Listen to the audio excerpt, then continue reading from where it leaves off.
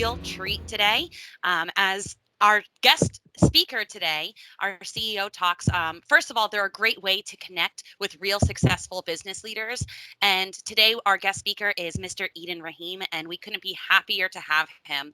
He's the portfolio manager with Next Edge Capital. All right, so just to give you a little bit of a background about Focus Learning and Focus Online, I know most of you are familiar with Focus Learning and Focus Online, but we are an enrichment after school, fully virtual learning center using the highly integrated platform that we're all on right now, which is Microsoft Teams. And in the past 10 years, we have been committed to educating and inspiring young people with our innovative and challenging educational programs, of course, one of them being young entrepreneurs. And all of this, of course, is made possible. This is all the brainchild of our founder and CEO, Miss Shelley Zhang. So thank you so much, Shelley. All right, so to tell you a little bit more about young entrepreneurs, which I think this quote here, critical thinking in the realm of business, that really says it all.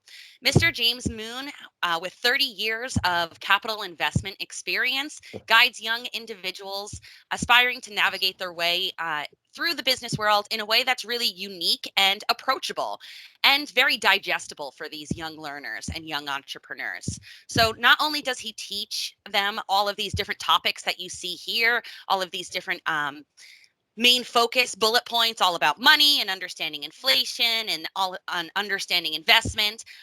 He does do all of that, but he also provides them real hands-on learning and real world connections which students instantly relate to, and they can understand how to apply these concepts to their everyday lives and their career paths, which is what this is really all about. The bigger picture of this is guiding students along their career paths. In addition to the Young Entrepreneurs courses, this is the first year that we are actually involved in the Wharton Global High School Investment Competition. And this is pretty exciting because this global competition actually drives more than 5,000 students internationally to this competition. So this year, like I said, is the first year that Mr. James Moon is guiding these students in this international competition. And what they do during this competition is they use an investment simulator to build a portfolio for a client, a very specific client, and they need to meet the specific needs of that client. So it all relates here. The CEO talks with our portfolio manager here, the young entrepreneurs leading into the investment competition. It's all part of this bigger picture idea here. Really, really cool things that these students can do with this investment competition because it gives them that experience, that gives them the leg up in the world on how to understand investment and understand it in a way that applies to them. So if you are interested and have not participated in a Young Entrepreneurs course already, Mr. James Moon is offering a Young Entrepreneurs course this winter camp. So if you head to Focus Learning, oh, got really small there. Let me make this a bit bigger. If you head to the Focus Learning website, you can register for this mini course.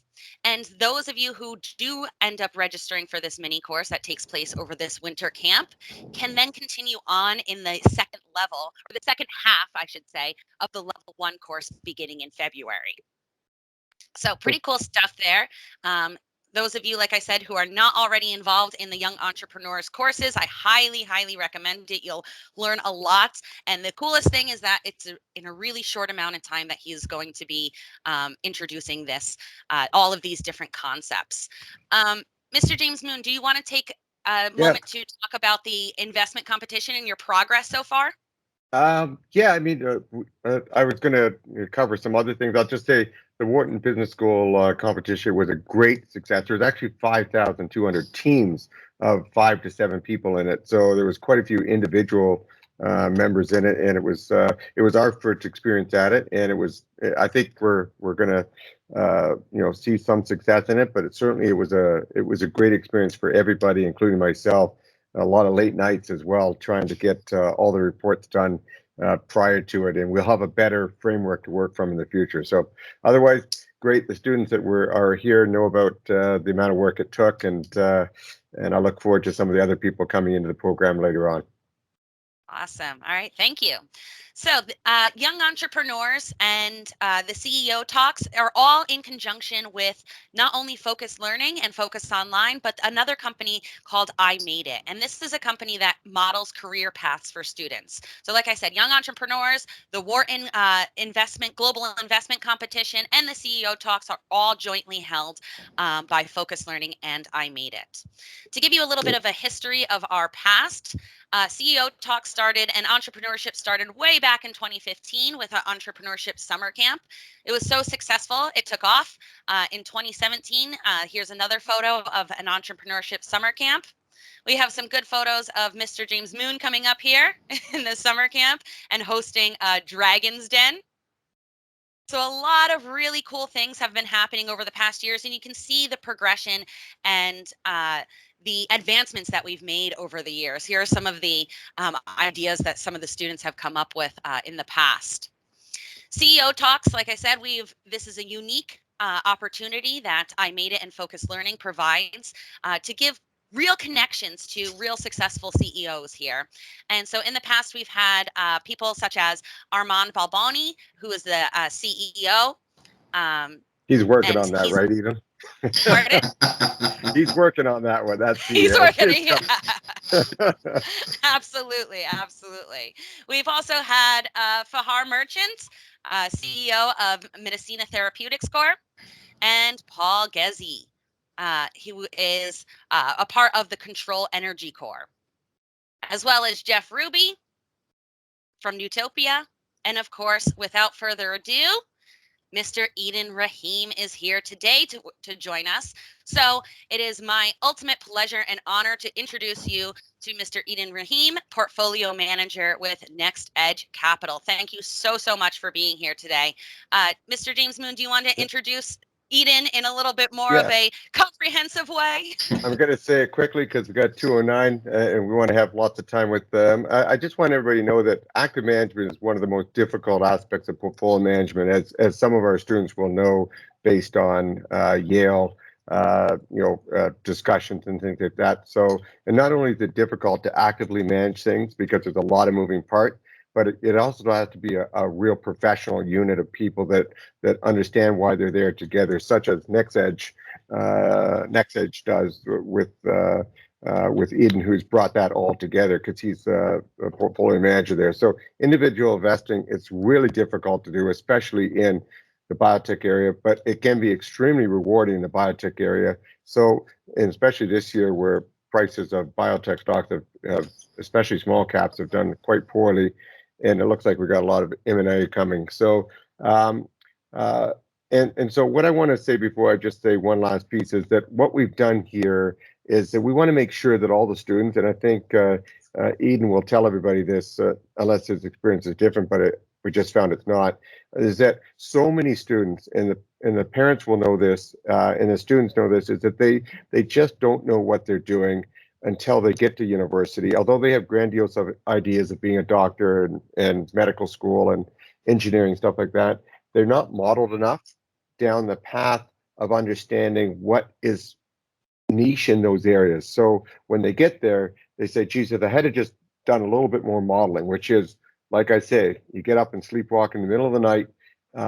If you've modeled your house a lot, which you've probably done, and you touch the fridge and you don't know where you are, you know you're in the kitchen, you turn the light on and everything becomes clear. So the more times you walk into that kitchen, you model your house. It's no different than what students should be doing right now in grades 6, 7, 8, 9, 10, 11, is modeling all these different types of careers, because then they can say, I don't like that.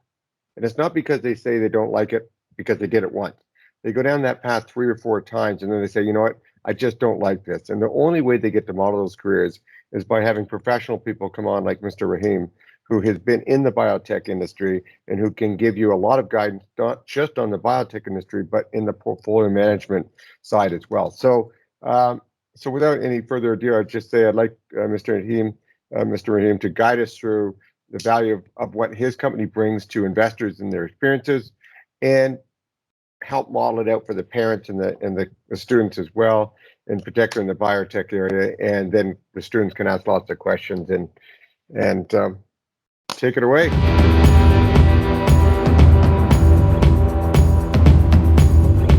Okay, James. Thank you very much for having me, and I hope everyone's having a great Sunday.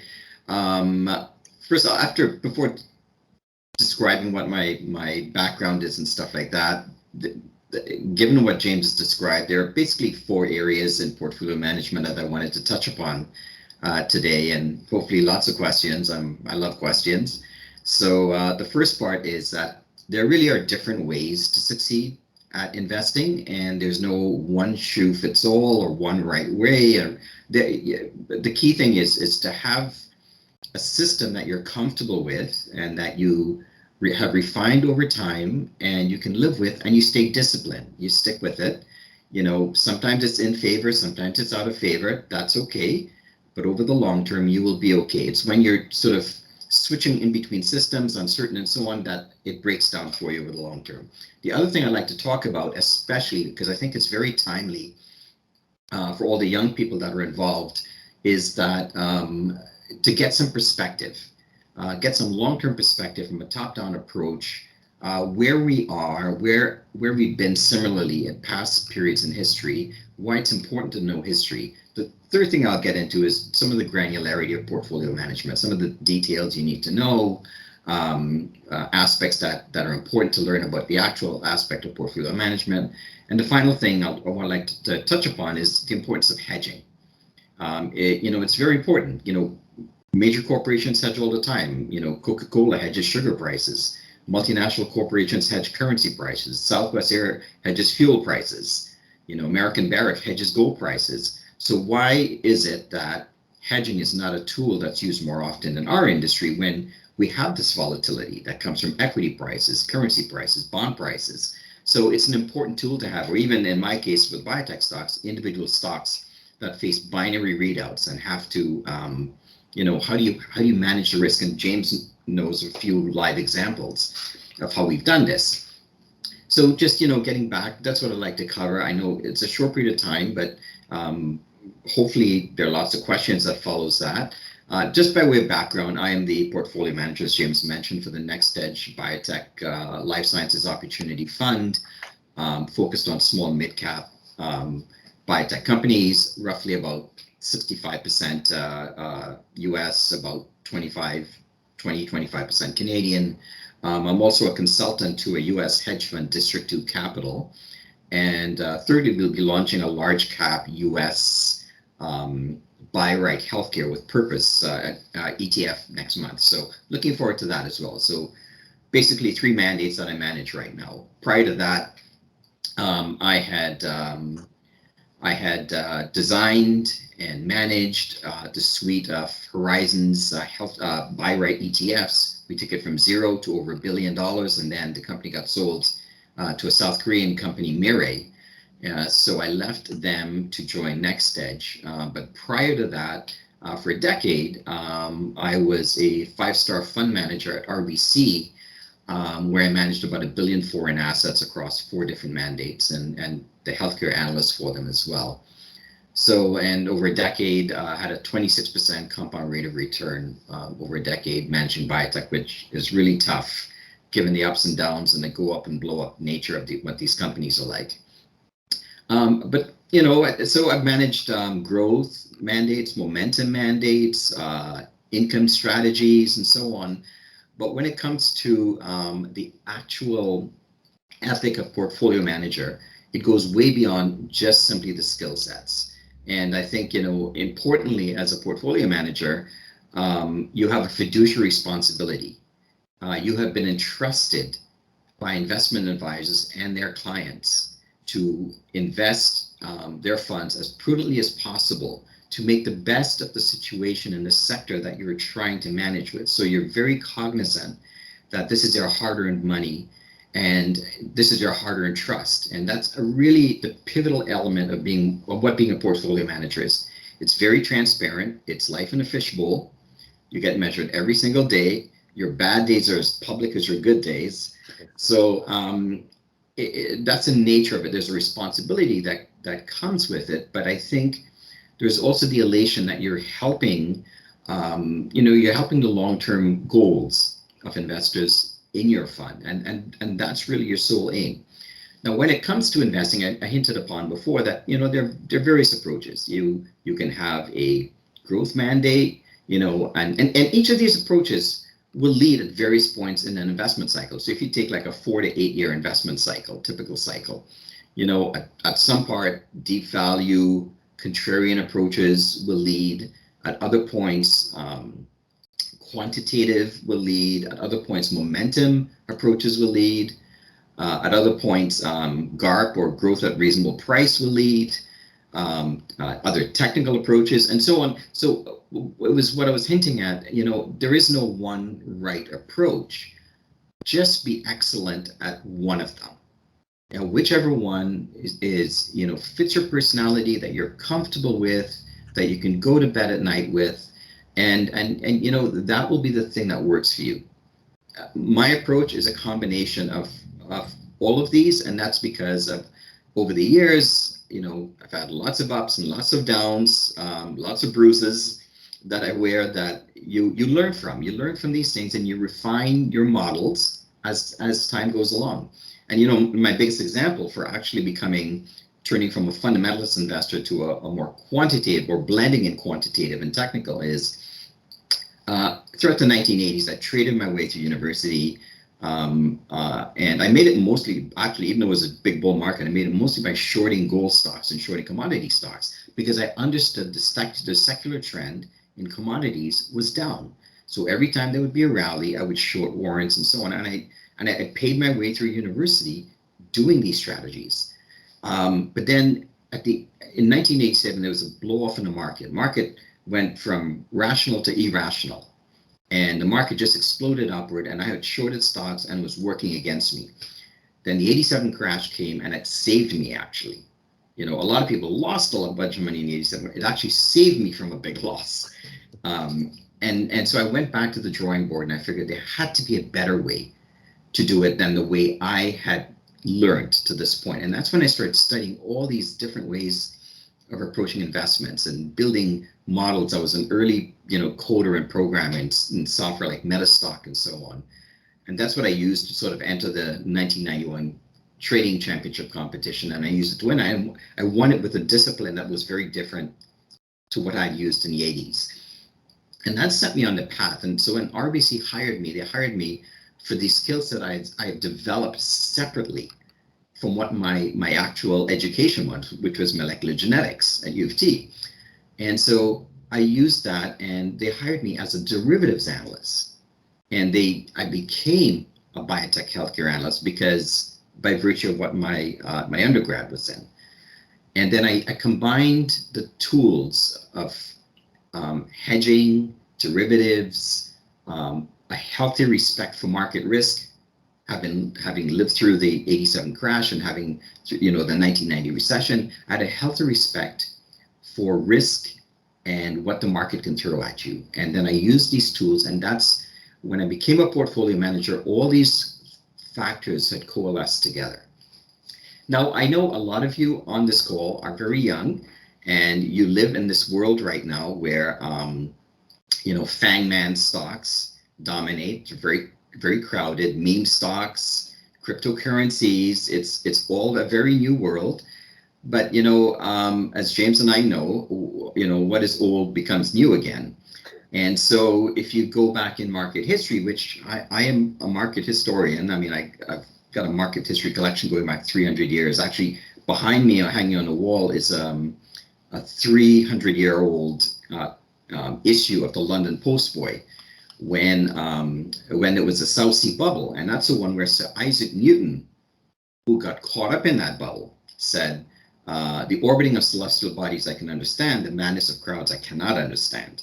So he sold out of the South Sea bubble too soon. What I have behind there is actually the London Postboy from the actual topping of the South Sea bubble.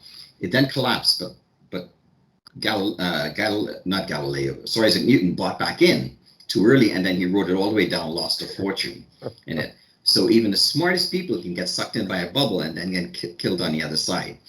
So that's why it brought me to mention it's important as young people, not just for sake of markets, but just because we all function in the economy. There are big long-term cycles that ebb and flow between periods of extreme optimism and periods of extreme pessimism. It's really important to be mindful of that. So, in 1929, the Roaring Twenties, great optimistic period, a rising tide lifted all boats. There was a period of huge innovation, much like the 1990s and much like we are in right now. Huge innovation, the whole world changed for the good, because capital flooded, new investments made new things possible, and we went through this innovation wave. But what stocks do and what the benefits of their innovation are two very different things, right? So we had the tech bubble in the 1990s. Well, it peaked in 2000 and dropped 80%. The Nasdaq fell 80%. That seems unimaginable, but that's what happened. But yet all the benefits of that tech bubble, that tech and biotech bubble, stayed with us, right? All the innovation waves of the 1920s, RCA was the Tesla of its time, right? It peaked in 1929. It never crossed the 1929 high until 1983. But all the benefits of creating radio went on and on for decades, right? So the change was real. The stock prices are entirely different stories. So we're in a period right now, we saw it with meme stocks earlier this year, hit crazy valuations, collapse. They're probably all well and done, but that's the kind of mania that pulses through every once in a while. But the innovations and the waves that we're seeing in clean energy and so on, they're probably here to stay. But what the stocks do are entirely different stories. And so as a portfolio manager, you have to be mindful of these things. Don't get enamored with the technology, because what the stocks do and the technology does are two very different things. 50 years ago, there was something called the Nifty 50. These brand name stocks like Polaroid and Xerox, great growth companies from the 50s and 60s. Again, equivalent to all the great growth companies you know of right now, like the semiconductor companies and so on. They're gone off the face of the earth. But they were great leading companies at the time. And that's the nature of and the greatness actually of market-based economies, because every time you get these great companies that come along and they think they're okay and they think they're safe, out comes new innovations and new entrepreneurs that come out and emerge and create newer and better things. That's like the old saying, never sell human ingenuity short, because we're always innovating, always creating new. But the markets can take the valuations of some of these things to extremes, ridiculous extremes. And we're in a period where we're seeing a lot of that right now. It doesn't mean that you end up with a market crash or anything after that. It just means that the money rotates into other areas. So back in the 5-year period between 1998 and 2003, I was given the reins of the RBC Growth Fund. It was a fourth quartile fund at the time. And we're just about to enter this horrible 5-year period where 3 of the 5 years the market was down. So I had to be really adaptive as a portfolio manager, find ways to retool a portfolio, concentrate on where the best investments would be, use hedging tools to protect against just horrible headwinds throughout the entire period. And we managed to pull through. We had a 10% compounded rate of return over a period the market was deeply negative. And so you have to be resourceful. You have to bring tools to bear that you ordinarily wouldn't have when you're faced with adversity. And it's the same thing in everything that you're doing in your daily lives, in your jobs, in the things that you're striving for, and so this is really more of a metaphor for whatever your chosen field will be, whether it's in the sciences, whether it's engineering, whether it's in the arts, whether it could be drama, whatever it is that you've chosen for your field. The lessons are pretty much the same. The applications is what's different. And so when I got thrown into the deep end there, you have to find resourceful ways with the tools that are available to you to make the best of a bad situation. So, some of the tools that I use, in measuring it is like important in portfolio management is which way the wind is blowing. So are you facing headwinds, or do you have a tailwind at you that's carrying you? You can ride for a while, right? That impacts how you press risk and press your bets. In biotech or in any other sector. So, is the market risk on or risk off in its mood?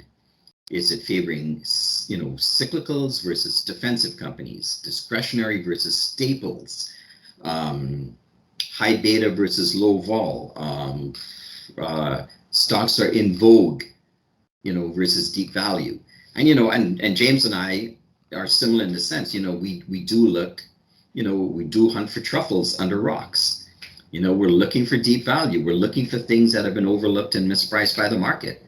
Because, we think that if we're patient enough, we're gunning for 10 baggers. We're gunning for 10 and 20 baggers, right? And if you get something cheap enough, overlooked, that's where you can find it. But it's a tough grind. The route along the way is that, there's lots of false starts and so on, lots of disappointments along the way. And then suddenly the mood of the market changes and you don't know why that is. The mood changes and then off it goes.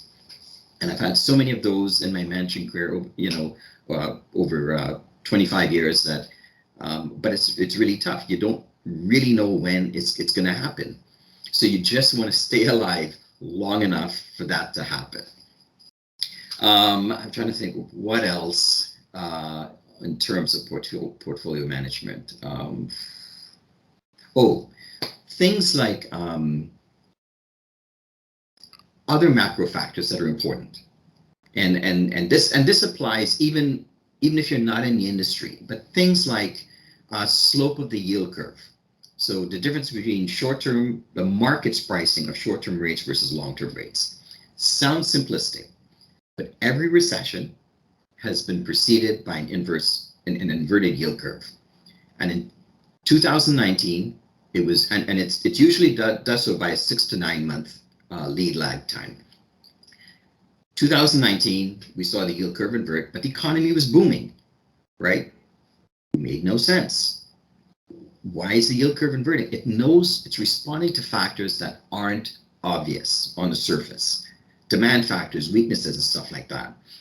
So you're constantly looking for tells and market-based signals, not what economists are saying necessarily, but what the market's telegraphing as things. And the number one indicator is the yield curve. And what typically happens over the course of a cycle is at the peak of a recession, when things are really bad and the Fed's getting easy, the yield curve starts to steepen because the market's looking out 6-12 months and saying there's growth on the horizon, even though things are terrible right now. And then the yield curve stays steep for about the first year or so of the recovery, then it starts to flatten. And we're in that phase now where the yield curve is flattening. So we're past that first year of recovery. So what happens is different investments is favored at each different phase of how the yield curve is behaving. And then at the end of the cycle, the yield curve inverts. And everyone says it makes no sense because they said it in 2006, ahead of the financial crisis. They said it in 2000 when the NASDAQ was booming and the recession came. It came as you didn't see it coming, but it came.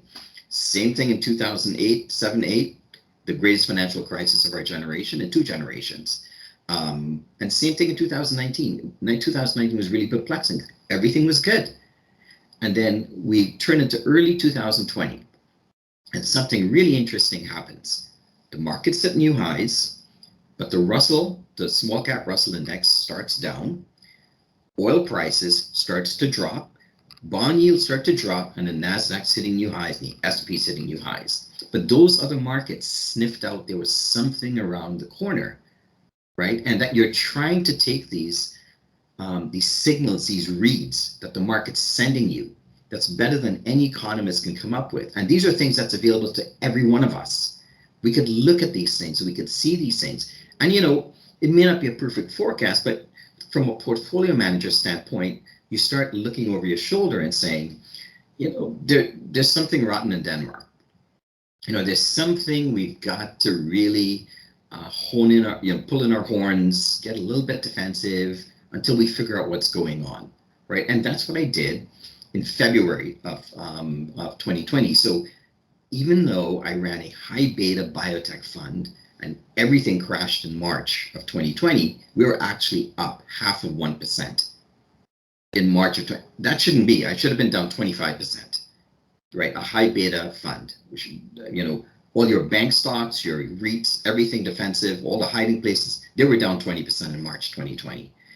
But it was reading that thing that I didn't quite understand that is bigger than me that said, you know what, buy a bunch of hedges, buy a bunch of puts, just protect the portfolio. We'll figure out later what's actually going on. And so that's where experience comes in, right? My older self can look at this and have a healthy respect for risk. So, you know, you go back to February of this year, meme stocks were going crazy. Everyone thought money was easy. It was so easy to do. You know, same thing with all these speculative small cap stocks. Oh, it was so easy. And all these stocks are down 60, 70, 80% now since that time, right? And so you have to have a healthy respect for what the market can throw at you, which, you know, is part of the growing process. It's also part of how your models that you create will evolve over time. And so as young people, a bear market's not the end of the world. It's just the market doing what the market's always done. It's just that Fed policy often gets in the way of the market doing what it should be doing. It's okay. It doesn't mean the end of the world. And every new cycle means new leaders. So you have to be sensitive to that. That every new cycle. So in the inflationary 70s, after the inflationary 70s, we had this big bear market in 81, 82.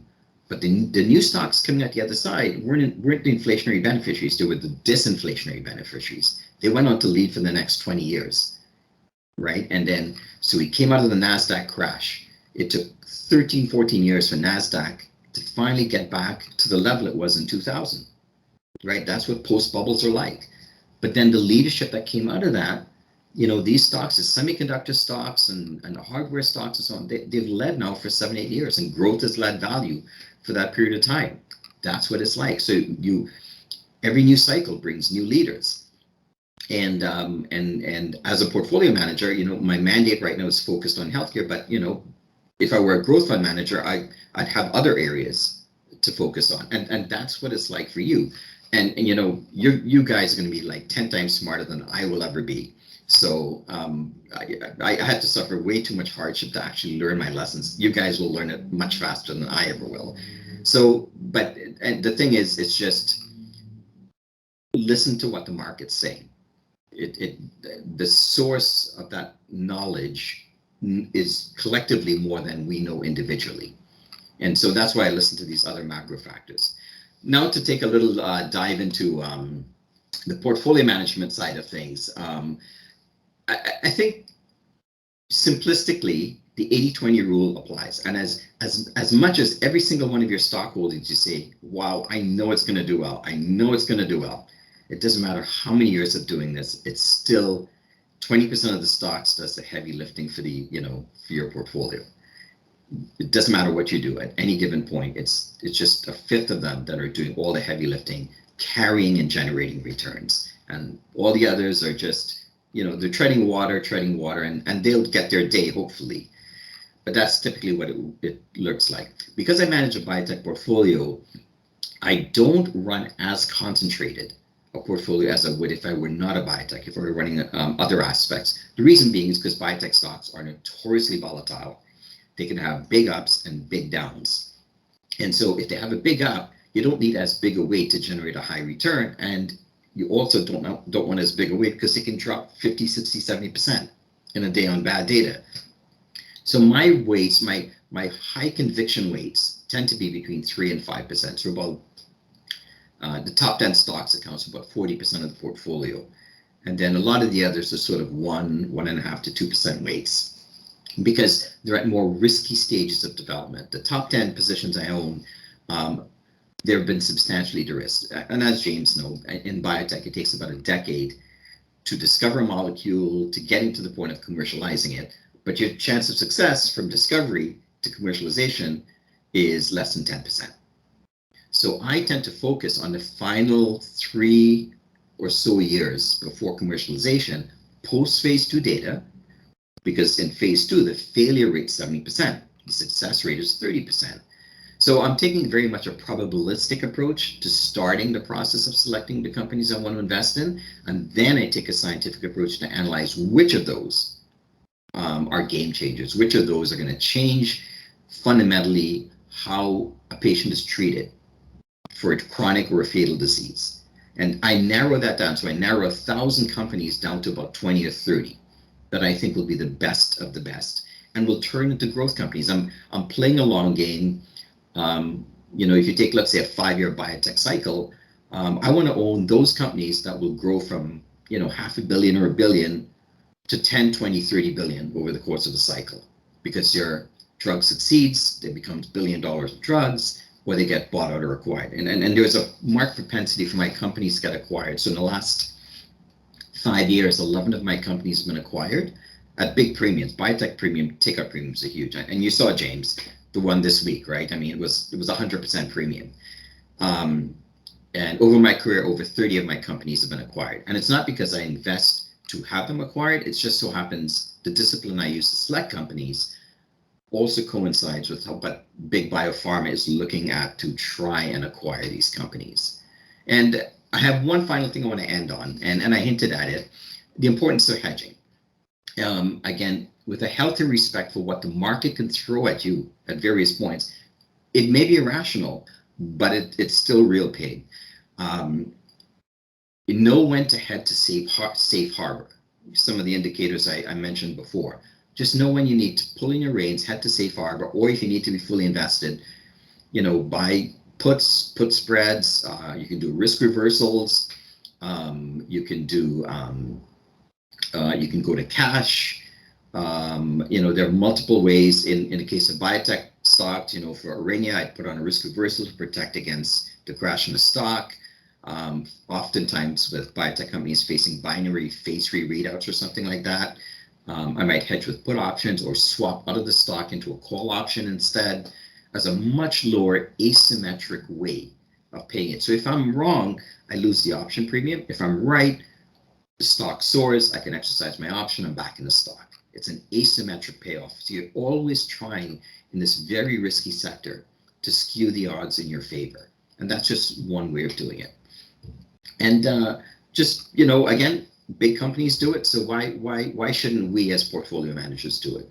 I just want to end on one final thing, and I was talking to James at the beginning. He asked me to mention this, is that I was once in your shoes. When I started university, I had thought about going to med school. My parents wanted it, and I thought I wanted it too. But I faint at the sight of blood, and I faint when I get needles. So it's like, I've got no courage when it comes to that stuff. So I figured that was not the thing for me. But then it was the early days of biotech, and I remember seeing on the evening news that this company Genentech had IPO'd. And again, I wasn't even thinking about finance. That didn't cross my mind. And it was all this news about this biotech company that IPO'd, the first ever, and was wild on the New York Stock Exchange. And that was it. I was smitten. I knew that was a thing. And when I went to university for it, we didn't even have textbooks. It was so early on it. Everything was on papers, yet you go to the 6am library and just get papers. Of course, was never there, so it was terrible. But plus, I was terrible in labs. I passed my labs only because I could explain my experimental error. That was it. But the thing for me was, and I've raised 3 kids, is that, and they each do something very different, and none of them do what I do. Just do what you love doing, do it excellently, work diligently at it. If you ever want to pivot to the finance side, you can always do that later on, exactly as I did. But the number one thing is just do what you love doing, and good things will happen. And you will be doing it. Most of you will be doing it for the rest of your life. So just don't squander your life on something you don't want to be doing. That's all. I'll cut in the heat on that because you know what I wanted to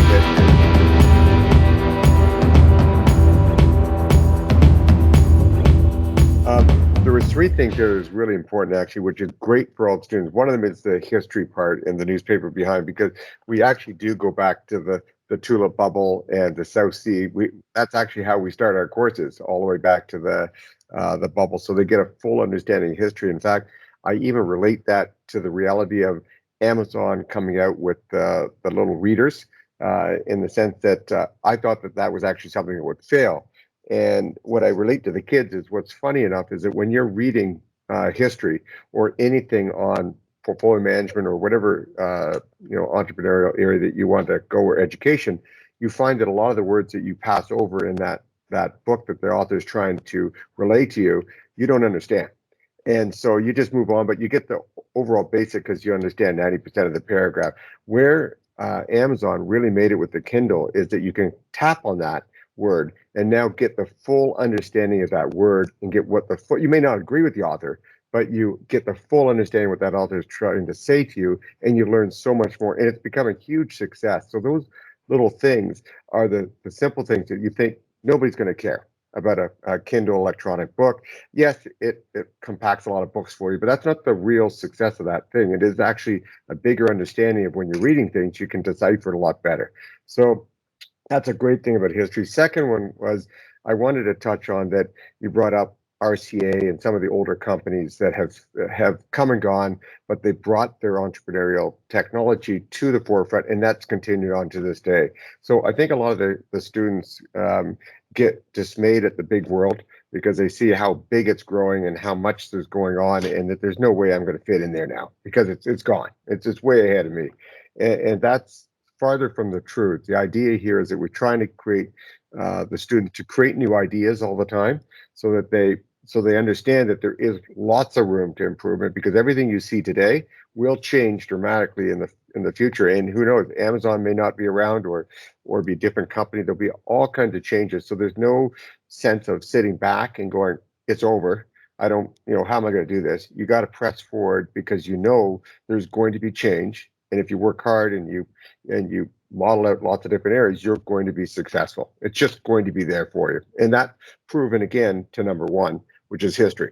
So putting those all in a row. And then thirdly, but not lastly, is the part about looking at value on companies that are making 20% of the portfolio's returns versus the 80, whereas the other 80 might get their chance. And I can give you a good example of something like Medicina, where it's dropped dramatically from where it was a year ago to where it is now. And we follow Rick Rule as well. So everybody on here knows the Rick Rule videos we watched and his great stories about price verification. And I think that people have to do that on a constant basis, that they have to look at the company, throw that emotional side out, and look at it and say, look, I've got a company that today is trading at $7 million market cap. And it's in the business that could be billions of dollars. It's not guaranteed, but they're great management, lots of money. You have to look at the entire thing all the time and continually review that price verification, because the markets are not always sane, and they're going to do what they have to do for lots of reasons, as you were saying, whether it's tax loss selling, which you didn't mention, or any of the other emotions that creep into markets that are out there that get a feeling. So you always have to be understanding of what you're dealing with, and try and have your own models as well as you've created yourself. So I thought I'd throw that all out there because those were three great points that you brought up in the overall pitch. Oh, I think. Oh, is he on mute? Shelley, can you hear him? Oh, yeah. No, Mr. Rahim, I think you are still muted. Oh. There you go.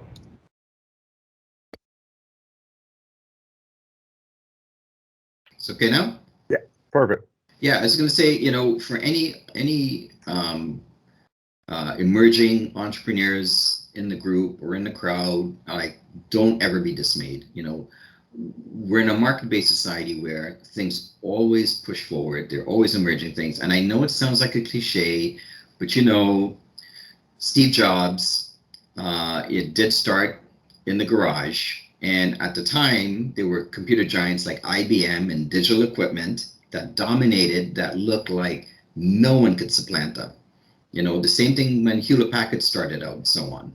And so it sounds like a cliche, but we're perpetually creating new things. It's like how, Zoom came out of nowhere, right? And yet here it was. They literally had the best product for the times, right? And so you don't know, and it was a great story even how that was founded. But society is just so blessed to have entrepreneurs constantly doing their thing. And I think always government policy should be should prioritize what favors on entrepreneurism in society, because it's entrepreneurs that create jobs. They work the hardest, they sacrifice the most, they risk everything they have, and sometimes lose everything they have and have to rebuild it again and start from scratch. And it takes an enormous amount of courage for it. And even if you're not yourself an entrepreneur, you can combine with a friend who is an entrepreneur, and he might have the driving energy, you might have the technology or whatever it is, and it's going to work that way. But I think all government policy should favor entrepreneurism as a start. Favorable tax treatment, favorable access to capital, things like that. And versus governments deciding where it wants to put cash and so on. They're not the best allocators of capital. Funny you bring that up, Ian, because we actually discussed that in the class. We discussed the over-regulated burden that's occurred, and actually we teach a course in summer with John Mayberry's writings out of the States, and he's all about the government overburden, the regulation and taxes and counterfeiting, of course, which causing inflation and all that kind of stuff, and how the entrepreneurship is beaten down because of the over-regulation and the lack of capital that's going there. And that's what provides the tax base for people to actually enjoy a better life with all the production that they create in that side. So it's I'm glad you brought that up, because that just I want the students to remember that that's actually one of the topics. It sounds a little boring when you're teaching that in the classroom, but it's what they're going to face reality out there. Yeah. So I don't know, what have we got, Marina? Have we got questions now? Yeah, absolutely. So we can open the floor to any questions that you might have for either Mr. Eden Rahim or even Mr. James Moon. I'll fire them all at Eden. I answered Investments. enough questions from all the students before. All right, so we can open up the floor to whoever has any questions. You can either you can unmute yourself, I believe you have that capability. If not, you can type it in the chat.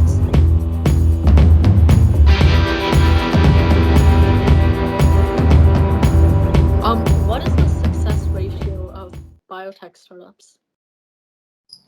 Biotech startups it's very different. They're basically two ecosystems in biotech funding. So you've got the actual venture funding for biotech startups is actually pretty healthy. The difficulty comes when you move from the startup phase. So there's enormous pools of venture capital in Canada, and even tax incentives for startups themselves. And so you often see professors that have discovered a new molecule or discovered a new mechanism of action or something will step out on their own and start a biotech company.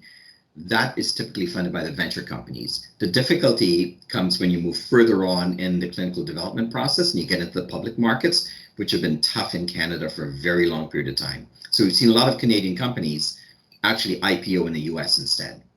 Companies like Repair and Apcelera and so on, Fusion and so on, they've all gone to the US to IPO because of how difficult it is in Canada. Is there because there's more risk adverse people in Canada, or it's just not enough capital as a whole? I mean, we've been used to banking, right? So big banks and that. What's one of the reasons then why the failure rate is higher in Canada and why they're heading to the US? Well, it's a combination of two things. So it's culturally different. The US, they have a long history of big successes. The United States, so they're willing to risk capital in biotech to a much greater degree. In Canada, it's not like we're not willing to risk capital, because we do it all the time in resource projects, right? Oil and gas, mining, gold and silver. So we do it all the time, and we do it, when they're mining for also in risky regions all over the world, right? Yeah. So we have no problem with that. What I would like to see in Canada to actually help it a bit is, they have flow-throughs and so on for mining, but they don't have it for R&D based projects. Now think about it. You have these flow-through incentives to raise capital for mining companies. They can buy equipment from a big US corporation or a big Chinese corporation, or they can go and explore in some other region, and they're getting these sort of tax incentives funded by unit holders for this. In Canada, if we had a similar thing, think about we'd be creating preserving high-level R&D or lab technician or service assistant jobs in Canada. So a lot of that money capital raise actually benefits Canadian jobs, right? But we're not doing that here. We seem to like it's not okay to do it for healthcare investing in Canada, but it's okay for mining. So very, very puzzling. By the way, that's a good point, and Alex, I'm glad you brought that up because that actually involves what Mr. Rahim was talking about in the government side as well. Is that what's interesting here is that I think the older generation in Canada has been very much risk for mining because that's what they grew up with. I don't think the younger generation even knows what a gold mine looks like. We've been teaching the class, and honestly, nobody knows. So they're finding it difficult now to maybe look at where they should be doing, and that's where the government, and this is your generation, everybody on the sheet, everybody that's here is going to be in politics, because I know some of you guys are going through that area, are should be listening to this thing. Where should we be giving the tax incentives now? Should it be in this area, or should it be in an area that's going to generate more opportunity? And I think because they don't know where to be right now. So that's a great point, Alex, and thank you, Eden, for throwing that out there, because that's very true. Okay, thank you. That's in depth. Come on, everybody. There's lots of smart people on here. Okay, here we go. So Annie's put, with the success of mRNA vaccines for COVID, will this new technology change the future of medication? Yeah, great question. I think it was a real inflection year in 2020 in terms of accelerating how mRNA technology could be used. Prior to that was really in phase 1. I think it's extraordinary technology. I think it will fundamentally change how drugs, and the reason being it's using your own cells, your own cytoplasm as a protein factory. So how traditional vaccines work is you take a denatured version of the actual virus, you encase it in a vector, deliver it into your cell, it goes into your nucleus, and then when your nucleus replicates, that's how that gets replicated. mRNA vaccines are very elegant. It bypasses all of that. It doesn't go into the nucleus. It's encased in a lipid nanoparticle, goes into your cytoplasm, gets the short single strand of messenger RNA gets coded into a protein by your cytoplasm, and you have a protein, which in this case turns out to be spike cells of the SARS-CoV-2 virus, goes into your bloodstream to elicit the response. Very elegant. You saw how quickly they could scale up. It's quite remarkable. The mRNA. Now, again, you saw an example of the difference between what the breakthrough technology is and what the market price of the companies were. So BioNTech and Moderna, BioNTech I got in around $40 a share. I got out around close to 200. But then when the Delta wave hit in the summer, BioNTech and mRNA and Moderna went parabolic. They blew off. They hit ridiculous valuations. Moderna went to the valuation of Merck and got to 1.5 times that of Amgen. Made no sense at all. There is a bit of an earnings cliff for these companies coming out next year and the year after. So it's extraordinary. The breakthroughs are here to stay. It's going to apply to potentially cancer vaccines in the future. And the other thing to come from this is that FDA was, it's a very heavy regulatory bureaucratic body.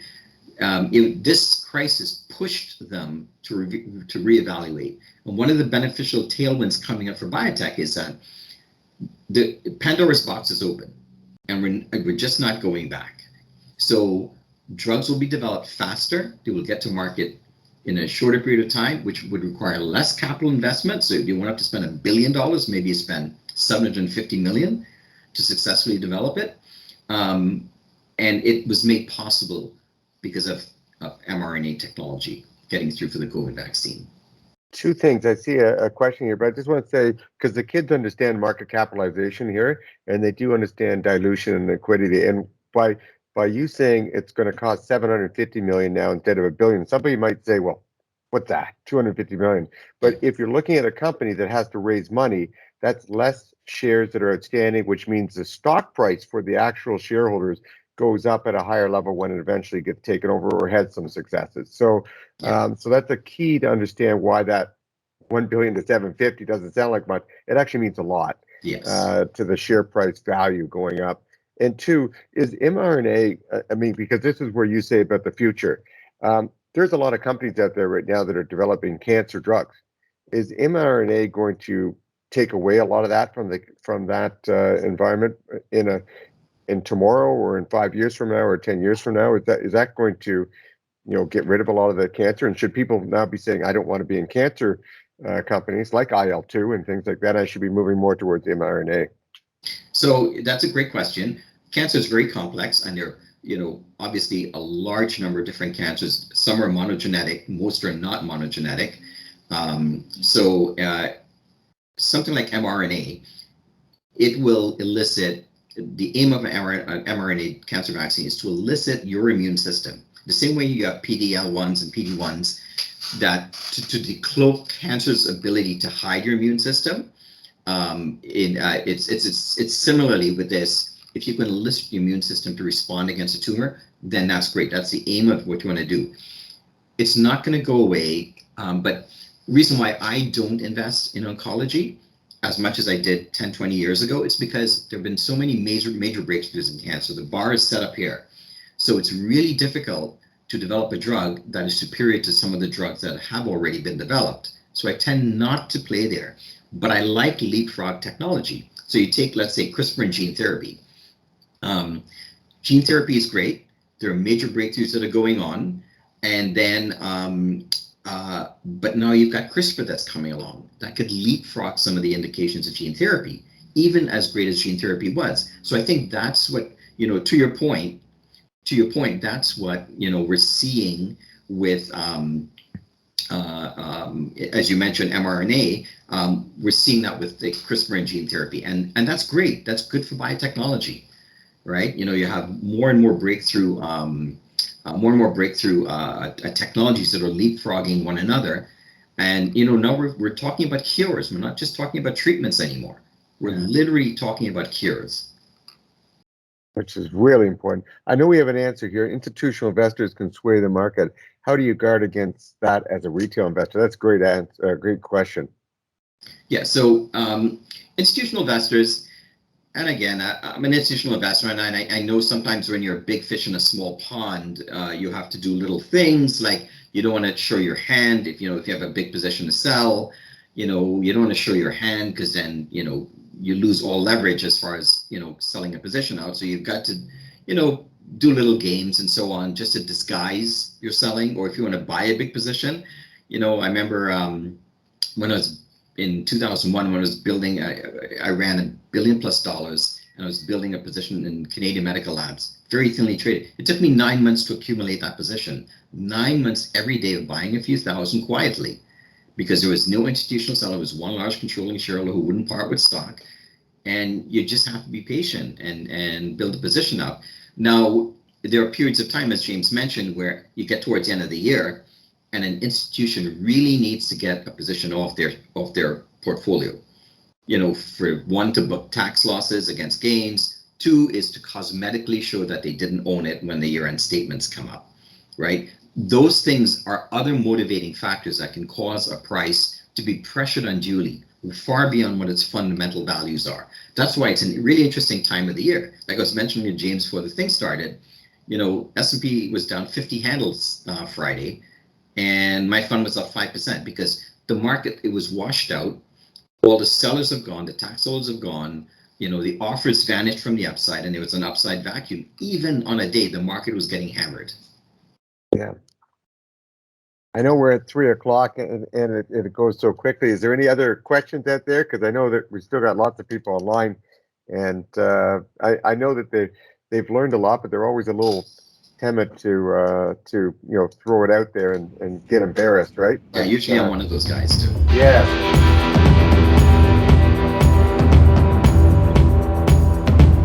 Well, come on, everybody, throw something out there. Actually, yes, that book. Actually, Mr. Rahim, let me share screen. So we got this book from you, actually, Code Breaker. So we know the technology is got it there too. Yeah, Alex got a copy. So from discovering the origin of life to being able to edit our gene. like to edit the code. Do you think in the biomedical world there will be a trend, a strong trend to move investment into the field of CRISPR? Let's say cancer, right? Will people still be investing a lot in the traditional method of solving cancer, or do you think there will be a stronger trend toward CRISPR to solve cancer? And should students be looking down that path in that area of the field? Yeah, I think you should look in any component field of gene editing. It is a breakthrough technology. It's widely available to researchers and so on, and it is a leapfrog. In terms of traditional ways of developing cancer medicines, there is the proven path, there is the known targets, receptors to target, and so on. There are known mechanisms of action, so I don't think it goes away. In terms of gene editing to target cancer, we're probably 5 or 10 years away from major breakthroughs in that field. But you start now, right? In the meantime, there'll be plenty of blockbusters in cancer. And again, it depends on the type of cancer. So if you have a monogenetic cancer, like that's a cancer that's caused by one mutation, that's the cancer that CRISPR is most likely to go after. But cancer is very complex. It's usually multigenetic. So there are multiple genes to go after. So in a situation like that, you can have, a combination of cancer drugs that are more effective. So you can have a PD-L1 combined with a gene editing CRISPR to knock out one mutation that's the cause of the cancer, and then another cancer drug in collusion with it to decloak cancer's ability to block your immune system. So I think that's how it happens more likely, but I don't think there's an immediate threat. Thank you so much.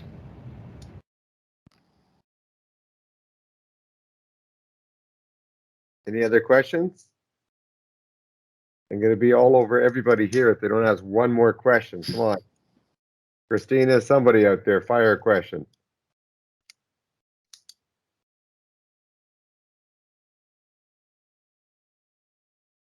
See what happens? I guess maybe they just learned too much, right, Eden, from us, and they don't have any questions. I don't know. I don't see anything else.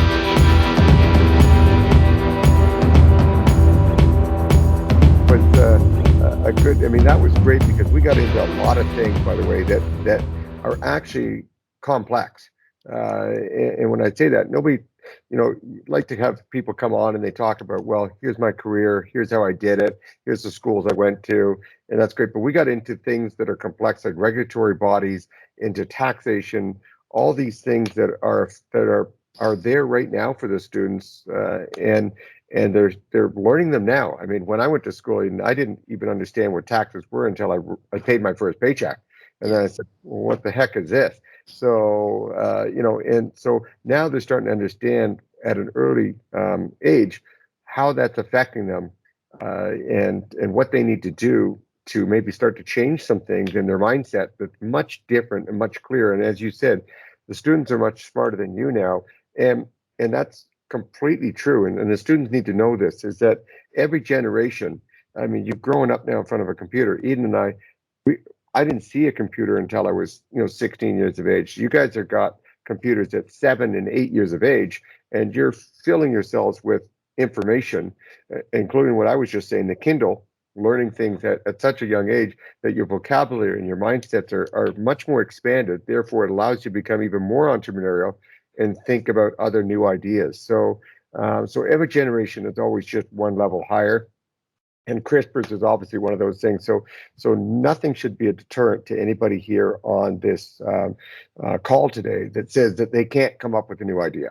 So, but you got to have, as Eden said at the beginning, you got to develop some models, okay? And those models have to be based on your understandings of things, whether it's your historical past that you look back at, or you listen and you speak to a lot of people like Mr. Rahim, who has been down that path, and you gain that knowledge and you take it and you move forward.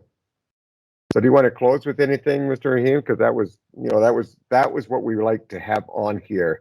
Perfect example of getting into it. And by the way, even though you were talking about hedging, there are students in this class that are even talking, they come to me and say, well, we wrote a put call or a put option. I'm like, we didn't even cover that yet. So, Yeah. And what grade are you in? Grade 7. Like it's, and did you ever remember studying options until, you know? No, embarrassingly, I learned about options by football spreads, Yeah, there you go. handicapping football spreads in There you university. go. Was the first exposure to options, and my So first do you- computer was a Commodore 64.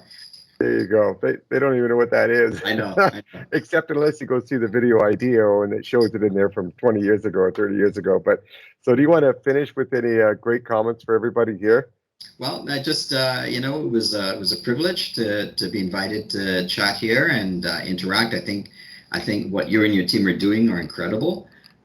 It's remarkable. I think it's a great forum for really giving your students real world education, how it's there. And so no, I'm delighted. I'm privileged, I think, to be participating among this. And all power to you and your team and all the success in doing this. And to your students, this is great. To get real world access like that, to hear the thought process and so on.